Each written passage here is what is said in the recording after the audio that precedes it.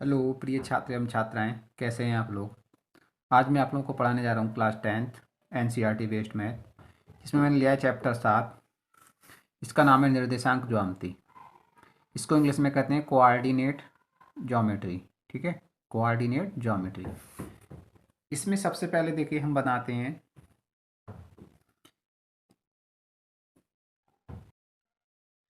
देखिए यहाँ पर हमारा ये जो होते हैं, इसमें दो अक्ष होते हैं। ये वाला अक्ष तो हमारा एक्स अक्ष होता है, ठीक है, और ये हमारा वाई अक्ष होता है। ये दोनों अक्ष जब किसी एक बिंदु पर करते हैं, इस बिंदु को जो काटते हैं दोनों अक्ष, उसको मूल बिंदु बोलते हैं। क्या बोलते हैं इसे? मूल बिंदु। ठीक है, ये हमारा मूल बिंदु होता है। इसको हम ओ से प्रदर्शित किया है। क्या किया है? ओ से। ठीक है, ये तो हमारा मूल बिंदु है। अब जब ये दोनों अक्ष जो होते हैं एक दूसरे को काटते हैं, तो यहाँ से चार तल बनते हैं। कितने तल बनते हैं? चार। एक तो तल हमारा ये बन गया फर्स्ट, ठीक है, एक सेकेंड ये बन गया, ठीक है, ये थर्ड बन गया हमारा थर्ड तल, और ये फोर्थ तल। इस तरीके से चार तल बन जाते हैं ये। ठीक है, ये जो इधर होता है, देखो एक्स अक्ष जो होता है इधर दाईं तरफ, ये जो होता है, ये जो अक्ष होता है ये एक्स अक्ष होता है, और बाईं तरफ जो होता है वो एक्स डैक्स अक्ष होता है। ठीक है, ये जो दाईं तरफ होता है ये प्लस का होता है। किसका होता है? प्लस का। ठीक है, और जो बाईं तरफ होता है ये किसका होता है? ये माइनस का होता है। ठीक है, ऐसे ही ये बाई अक्ष है, इसमें ऊपर जो होता है ये बाई अक्ष, ये तो प्लस का होता है। ठीक है, और नीचे जो होता है बाई अक्ष ये माइनस का होता है। ठीक है, यहाँ पर अगर हम इसकी बात करें, इनके ये जो एक्स अक्ष होता है ना, इस पर कुछ बिंदु लिए होते हैं। ठीक है, समान दूरी पर कुछ बिंदु होते हैं इस तरीके से समान। तो इनको अगर हम नाम लेते हैं तो इसको ये दूरी होती है यहाँ से यहाँ तक की, ये एक होती है। ठीक है, यहाँ से यहाँ तक की एक, तो ये एक बिंदु यहाँ पर क्या एक, ये दूसरा तो दो, और ये तीसरा तो तीन, नाम लिख दिया इसका। ठीक है, तो ये प्लस के होते हैं इधर के लिए। अगर इधर हम इस पर अंकित करें तो ये एक, दो, तीन। इधर ये होता है माइनस का एक, माइनस का दो, और माइनस का तीन। ठीक है, ये होते हैं। ऐसे ही अगर हम ऊपर के लिए बाई एक्स के लिए करें तो एक, दो, तीन, तो ये प्लस का एक होता है, प्लस का दो, और प्लस का तीन। अगर नीचे के लिए करें बाई एक्स तो ये एक, दो, तीन, तो ये माइनस का एक, माइनस का दो, और माइनस का तीन। इस तरीके से होते हैं। ठीक है, यहाँ से यहाँ तक की ये दूरी जो होती है ना, ये एक एक कहलाती है। ये जीरो से लेके एक तक की ये जो दूरी कहलाती है ये, ठीक है, यहाँ से लेके यहाँ तक की वो एक एक कहलाती है। एक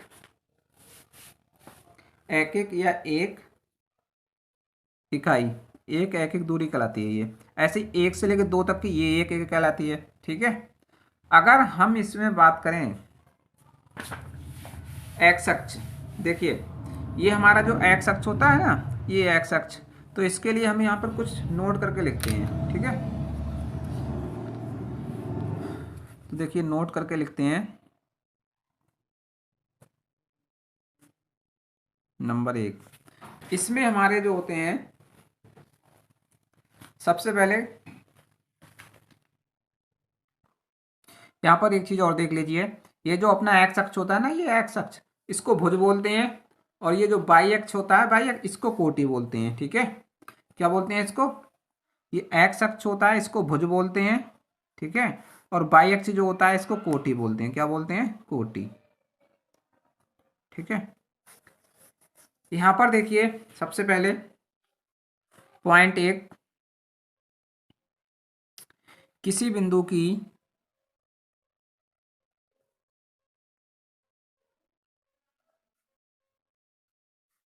किसी बिंदु की बाई अक्ष से दूरी उस बिंदु का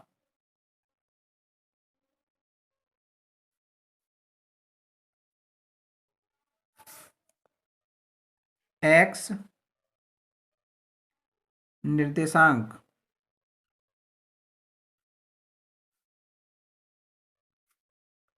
या भुज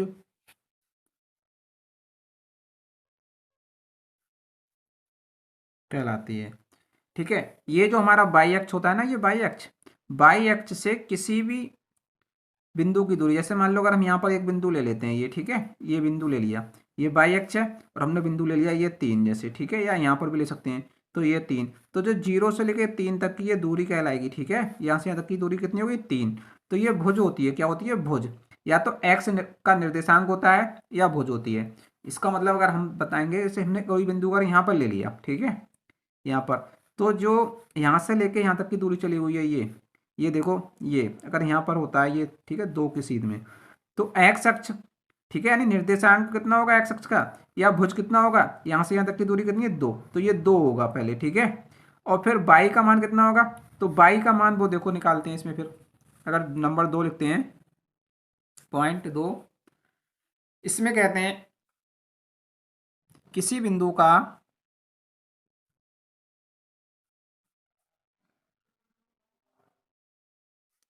किसी बिंदु की एक्स अक्ष से दूरी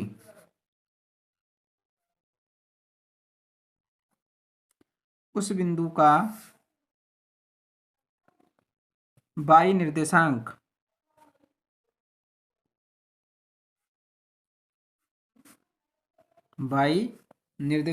या कोटि कहलाती है। ठीक है, देखो अब हमारा यहाँ से निकल के आएगा पॉइंट। जैसे हमने इसमें कोई पी पॉइंट ले लिया ये, ठीक है,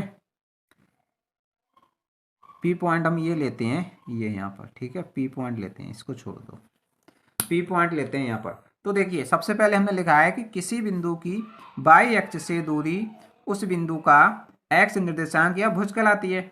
तो देखो बाई अक्ष ये, बाई अक्ष से दूरी ये, ठीक है, तो पी पॉइंट यहाँ से लेके यहाँ तक की दूरी ये जो चली है ना, वो यही तो चली है हमने 0 से लेके 2 तक की, देखो 2 की सीध में आए तो 2 तक की तो चली है। इसको अगर इस पे लंब डालेंगे तो 2 पे तो आएगा। तो यहाँ से यहाँ तक की दूरी कितनी हो रही है? 2।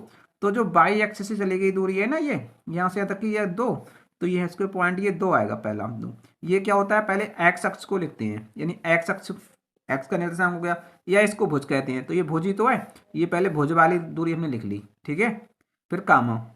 अब देखो, अब कह रहे हैं .2, ये कहा गया है कि किसी बिंदु की एक्स अक्ष से दूरी, एक्स अक्ष से मतलब दूरी, एक्स अक्ष हमारा ये है, और इससे दूरी, इससे यहाँ तक की, मतलब यहाँ से देखो पी तक की दूरी यही तो चली हमने, ये और ये किसके बराबर है? 0 से लेकर 3 तक के, यानी ये 3 चली हमने। तो इसको क्या कहते हैं? इसको बाई निर्देशांक कहते हैं, यानी बाई बाई एक्स पर कितनी चली गई दूरी है। ठीक है, तो 0 से लेकर 3 तक चली है, या इसको कहते हैं कोटि। क्या कहते हैं? कोटि। तो कोटि कितनी है? 0 से लेकर 3 तक की, मतलब 3, तो कोटि हो जाएगी 3। तो इस तरीके से जो पी पॉइंट के निर्देशांक निकल के आएंगे वो 2, 3 आ जाएंगे। इससे आप लोगों को ये क्लियर हो गया होगा कि ये जो थ्योरी लिखाई गई है ये कैसे लिखाई गई है। ठीक है, आगे देखिए, एक्स अक्ष पर, एक्स अक्ष पर स्थित, ये जो एक्स अक्ष है ना, ये एक्स अक्ष, इस अक्ष पर स्थित किसी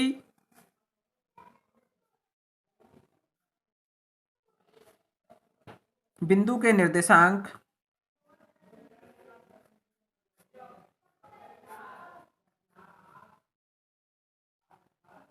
किसी बिंदु के निर्देशांक x, 0 के रूप के होते हैं। ठीक है, तथा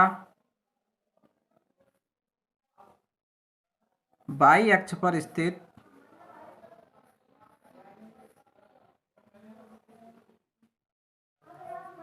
किसी बिंदु के निर्देशांक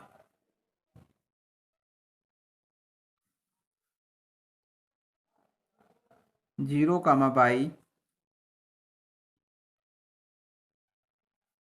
के रूप के होते हैं।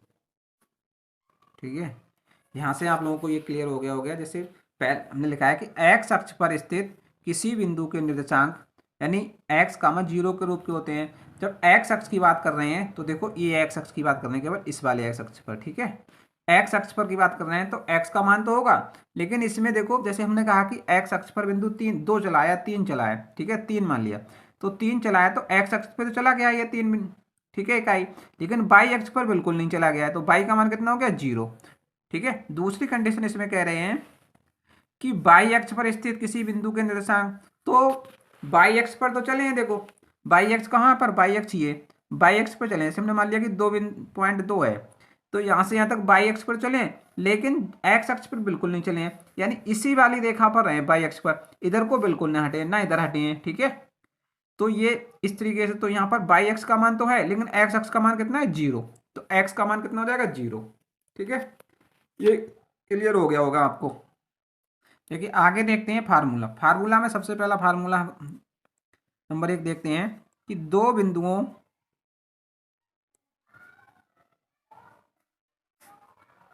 के बीच की दूरी कैसे निकालते हैं। के बीच की दूरी का सूत्र क्या होता है। जैसे मान लिए हमारे दो बिंदु दिए गए हैं, ठीक है, एक बिंदु ये है और एक बिंदु ये, इसका नाम ए है और इसका नाम बी है। इसके पॉइंट कितने हैं ए वाले के, x1 कामा y1 मान लेते हैं, ठीक है, और इसके पॉइंट कितने मानते हैं x2 कामा y2। तो यहाँ से जो बीच की दूरी होती है, ये जो बीच की दूरी है, ठीक है, इसको d, ठीक है, या तो ए बी बराबर लिख लेते हैं, ठीक है,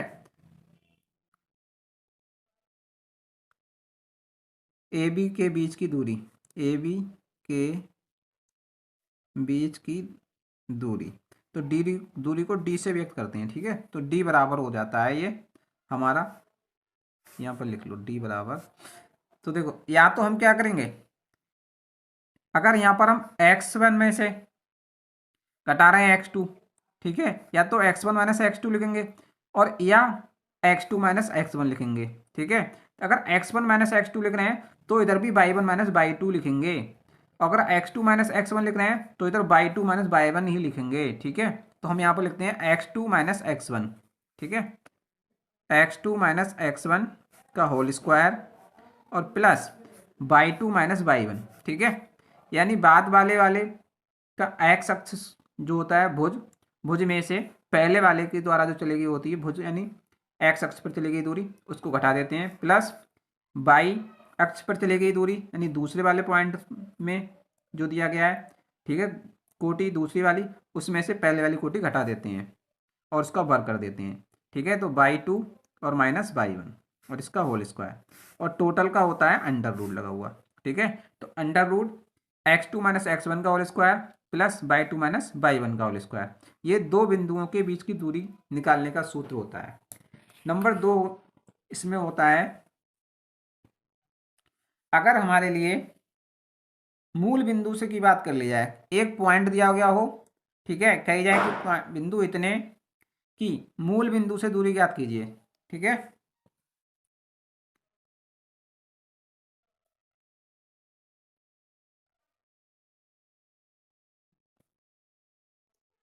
एक बिंदु दिया है P, ठीक है, बिंदु P x कामा y की मूल बिंदु से दूरी,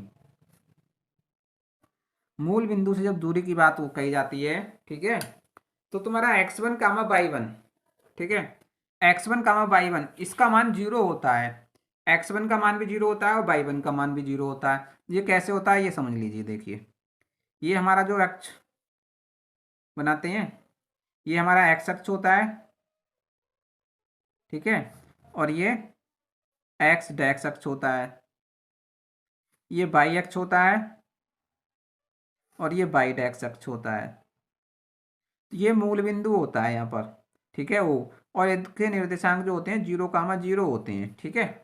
अब कोई बिंदु P ले लिया, मान लो कहीं पर भी बिंदु एक P है, ये है बिंदु P और इसके निर्देशांक कितने हैं x कामा y हैं, तो यहाँ से इसकी ये मिला दी, तो जो O और P, OP की जो दूरी निकल के आएगी वो ये निकल के आएगी, इसलिए हमारा हो गया x1 और ये y1, ये x2 और ये y2, तो x2 माइनस x1 यानी x माइनस जीरो का होल स्क्वायर। ठीक है, इसी वाले सूत्र में हम लगा देंगे इसका मान। तो हमारा जो मूल बिंदु, वो बिंदु P की मूल बिंदु से दूरी निकल के आ जाएगी। ठीक है, और ये हमारा जो हो जाएगा वो ये हो जाएगा अंडर रूट x2 यानी x माइनस जीरो का होल स्क्वायर। ठीक है, प्लस बाई टू यानी बाई माइनस जीरो का होल स्क्वायर। ठीक है, तो ये किसकी निकल के आ रही दूरी, O और P की, OP बराबर। ठीक है, तो यहाँ से हो जाएगा हमारा ये, इसका होल x में से जीरो जाएगा तो x रहेगा, इसका होल स्क्वायर करेंगे तो x स्क्वायर, और बाई में से जीरो जाएगा तो बाई रहेगा, तो बाई का होल स्क्वायर। तो ये हो जाएगा under root X square plus Y square. यानी जो भी मूल बिंदु, जो भी बिंदु दिए गए होंगे, ठीक है, सॉरी मूल बिंदु नहीं, जो बिंदु दिए गए होंगे, एक्स अक्ष पे जो दिया गया होगा उसका स्क्वायर, और बाई अक्ष पे जो दिया गया होगा उसका स्क्वायर, और दोनों का योगफल का अंडर रूट, डायरेक्ट निकल जाएगा ऐसे मूल बिंदु की मूल बिंदु से दूरी। ठीक है, तीसरा पॉइंट हमें यहाँ पर दिया गया है। तो देखिए, दो बिंदुओं को जोड़ने वाले रेखाखंड के मध्य बिंदु के निर्देशांक, मान लेते हैं एक बिंदु हमारा ए दिया है जिसके पॉइंट हमने माने x1 कामा y1, और दूसरा बिंदु बी है जिसके हमने पॉइंट माने x2 कामा y2। इस रेखाखंड का मध्य बिंदु मान लिया m, कितना है m के निर्देशांक हमें निकालने हैं। तो जो देखो हम मान लेते हैं कि इसके x कामा y के रूप में होते हैं। ठीक है, तो अगर x का मान निकालेंगे इन दोनों से, ठीक है, तो कैसे निकालेंगे, यानी x हमारा क्या होता है भुज, और भुज का मान पहले वाले बिंदु के भुज और दूसरे वाले बिंदु का भुज दोनों का जोड़ देते हैं और उसका आधा कर देते हैं, यानी x1 प्लस x2 बटे 2।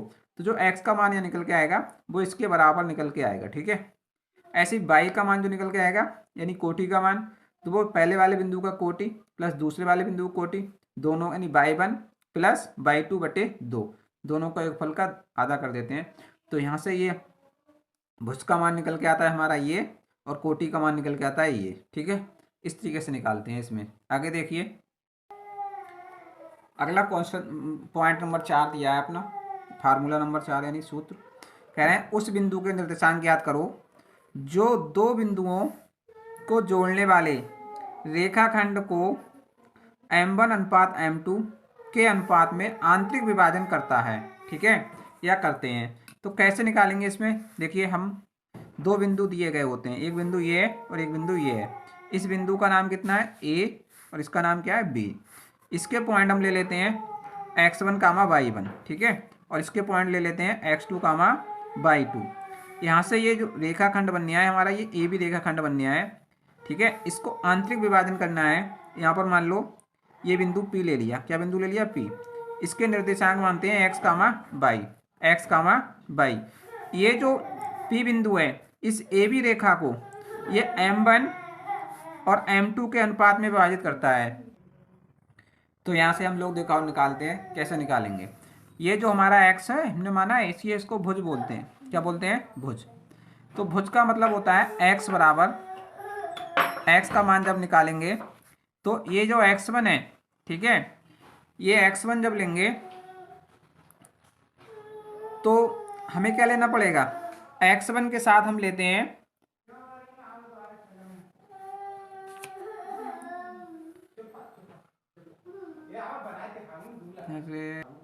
यहाँ से देखो x बराबर जब हम निकालेंगे मान x बराबर, तो हमारा कितना हो जाएगा, ये m1, सबसे पहले m1 यानी m1 पॉइंट में अनुपात में काटा है, तो ये यहाँ से यहाँ तक की दूरी कितनी है m1। तो m1 के साथ क्या लेंगे x2, क्या लेंगे x2 प्लस m2, ये यहाँ से यहाँ तक का कितना इतना कितना अनुपात है m2 अनुपात, और m2 के साथ क्या लेंगे x1।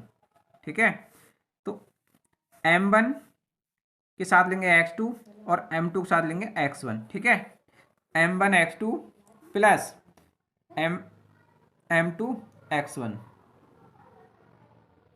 नीचे क्या हो जाएगा m1 प्लस m2 बटे में होगा m1 प्लस m2। ये तो x का मान निकालने का तरीका है। ठीक है, सूत्र है। अब y का मान अगर यहाँ से निकालेंगे, y बराबर, तो कैसे निकालेंगे, यही सेम करेंगे, m1 अनुपात और x1 की जगह कितना हो जाएगा y2 प्लस m2 और x1 की जगह कितना हो जाएगा y1 और बटे m1 प्लस m2। ठीक है, ये y मतलब कोटि का मान निकालते हैं। इस तरीके से P बिंदु के निर्देशांक यानी भुज और कोटि निकाल ली जाती है। अगला पॉइंट इसमें हमारा फार्मूला नंबर 5 है, वो ये है कि कह रहते हैं कि त्रिभुज का क्षेत्रफल निकालिए। त्रिभुज का क्षेत्रफल का सूत्र क्या होता है? त्रिभुज का क्षेत्रफल कैसे ज्ञात करते हैं? तो देखिए ये हमारा त्रिभुज होता है एक, ठीक है, इस तरीके से त्रिभुज होता है। इसके 3 पॉइंट होते हैं A B C, ठीक है, 3 पॉइंट होते हैं। पहले वाले पॉइंट जो होता है x, इसका मान लेते हैं हम पॉइंट कितने हैं, x1 कामा y1। दूसरे वाले b के यानी x2 कामा y2, और c के कितने मान लेते हैं, x3 कामा y3, ठीक है। तो इन 3 पॉइंटों से इसका क्षेत्रफल निकालते हैं। तो क्षेत्रफल कैसे निकालेंगे वो देखिए, 1/2 लेते हैं, ठीक है। सबसे पहले x1 लिया, x1, तो x1 के साथ ये जो y1 है इसको छोड़ देते हैं, ठीक है। फिर ब्रैकेट में क्या लिखते हैं, y2 minus y3, y2 minus y3 plus x1 ले लिया। अब x2, तो x2 के साथ क्या करेंगे, x2 के साथ में जो y2 है इसको छोड़ देंगे, बाकी जो बचे, ठीक है, उनको y3 minus y1, y3 minus y1 plus, अब ये हो गया x2, अब लेंगे x3, तो x3 के साथ y3 है तो y3 छोड़ देंगे, बाकी y3 के बाद कितना आ रहा है, y1, तो y1 minus y2, y1 minus y2, इस तरीके से क्रम से चलते हैं। देखिए सबसे पहले हमने क्या लिया, x1, तो x1 यहाँ पर लिया, फिर क्या लेंगे, देखो x1 लिया, ठीक है, x1 के साथ क्या लेंगे, y1 को छोड़ेंगे, y1 के बाद कितना आ रहा है, y2, और y2 के बाद y3, तो y2 माइनस y3, ठीक है। फिर x1 के बाद क्या लेंगे, x2 लिया, तो y2 छोड़ देंगे, ठीक है। फिर कितना है, y2 के बाद कितना आ रहा है, y3, तो y3 माइनस y1, और y3 के बाद आ रहा है y1, तो y3 माइनस y1 कर दिया। फिर जब x3 लेंगे तो y3 छोड़ दिया, कितना आएगा, y3 के बाद कितना आ रहा है, y1, तो y1 माइनस y2, क्रम से चलेंगे, ठीक है। तो ये होता है हमारा त्रिभुज का क्षेत्रफल निकालने का सूत्र, ठीक है। तो इस तरीके से 5 फार्मूले इसमें हुए, 5 फार्मूले मैंने आपको करा दिए। इसके बाद हम कराते हैं प्रश्नावली।